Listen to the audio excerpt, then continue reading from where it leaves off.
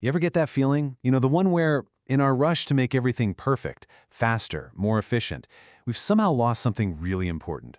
It's like for all our amazing technology, there's this weird emptiness underneath it all. Well, if that resonates with you, you're definitely in the right place. Today, we're going to dig into a really powerful idea from Andras Dobos about what it means to be human in this age of algorithms, and more importantly, how we can start to reclaim that. So, it all starts with this one question, and man, does it cut right to the bone of our modern anxiety.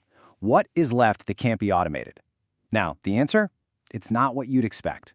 It's not about trying to be smarter or faster or even more creative than a machine.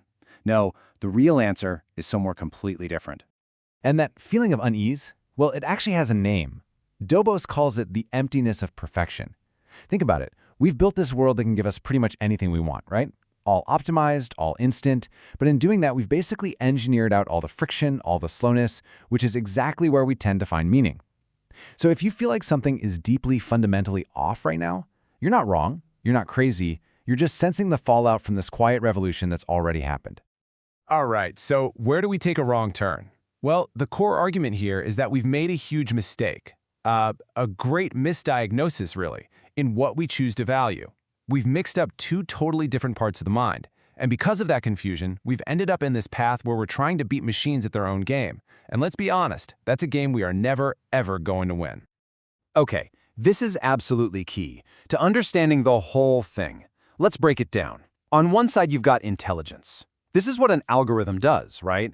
It's convergent. It takes a mountain of data and crunches it all down to find one perfect optimized answer. It solves, it computes.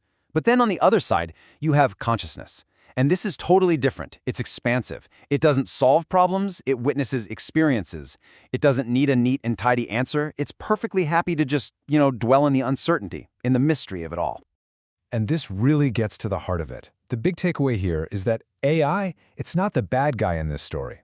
The technology itself is just a tool, right? The real problem is how we've started to worship it.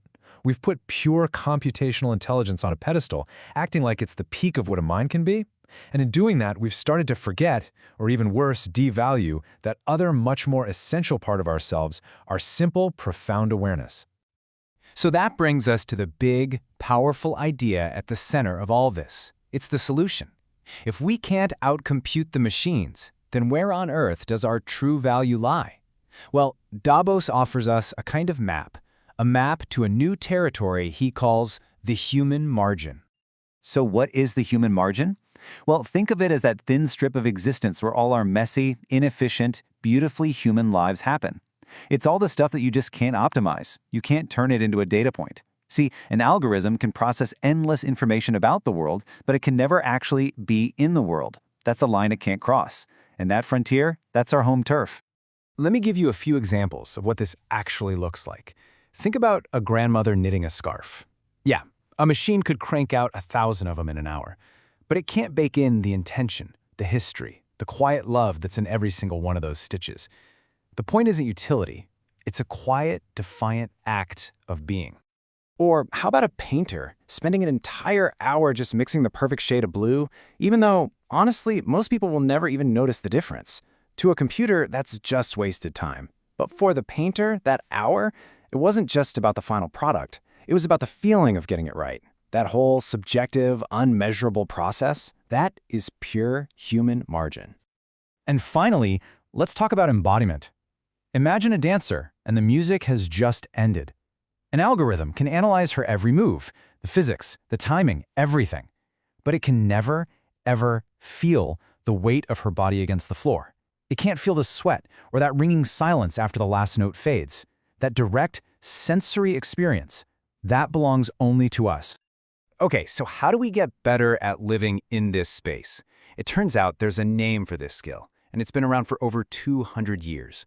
The poet John Keats called it negative capability, and it's basically the ability to just be okay with uncertainties, with mysteries, with doubts, without, as he put it, any irritable reaching after fact and reason. An algorithm is designed to kill doubt. Its whole purpose is to give you the answer. But maybe our greatest human strength is the exact opposite, the ability to live with the question. Okay, so understanding this stuff intellectually is one thing, but actually living it, that's a whole different ballgame. So let's get practical. How do we actually start to cultivate this part of ourselves? How do we practice being human, being alive, in a world that is constantly trying to automate us? So here are 5 practices, and what you'll notice right away is that none of these are about hacking your productivity. Just the opposite. Step 1. Write a letter by hand. Why? It forces you to be slow, to be deliberate. 2. Walk a path with no map. This is all about inviting uncertainty back into your life. 3. Seek friction. Yeah, you heard me. Have that difficult conversation, read that challenging book. That's how you build that negative capability muscle. 4. Embrace embodiment. Do something that gets you back into your body. And 5. Cherish finitude. Really lean into the fact that our time is limited. These aren't just quaint activities, they're acts of reclaiming your own awareness. And I really want to be clear about this. This isn't about being sentimental or nostalgic for some good old days. No, this is a form of defiance. It's a quiet but powerful rebellion against a culture that desperately wants to reduce everything about your life into something that can be measured, tracked, and optimized. This is how you start to find real clarity and direction in a world that feels so chaotic. All right, so let's zoom out. Why does all of this matter on a grander scale? Why is reclaiming this human margin so incredibly important? What is the ultimate purpose of our consciousness anyway? This is such a powerful way to look at it.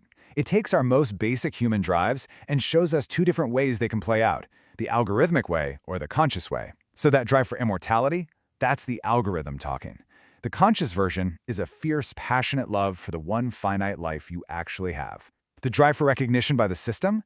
The conscious drive is for risky, real, mutual presence with another human being. You can see the pattern, right? We're shifting away from a logic of infinite progress and endless comfort and toward creating real significance from our limited embodied experience. And this all leads to a final, really profound question that can kind of reframe our entire place in the cosmos. For centuries, we've thought of ourselves as the engineers of the universe, the masters of reality. But what if that's not our job at all? What if our role isn't to control everything, but just to witness it? What if we are the universe's moment of self-awareness? The universe, for just a moment, opened its eyes through us, and they were wet. You see, maybe the whole purpose of our consciousness isn't to solve the great mystery of existence, but to be the place where that mystery is deeply felt, to feel the joy, the grief, the wonder of it all, to not just see the world, but to be moved by it. And that is the one thing no algorithm, no machine can ever take away from you.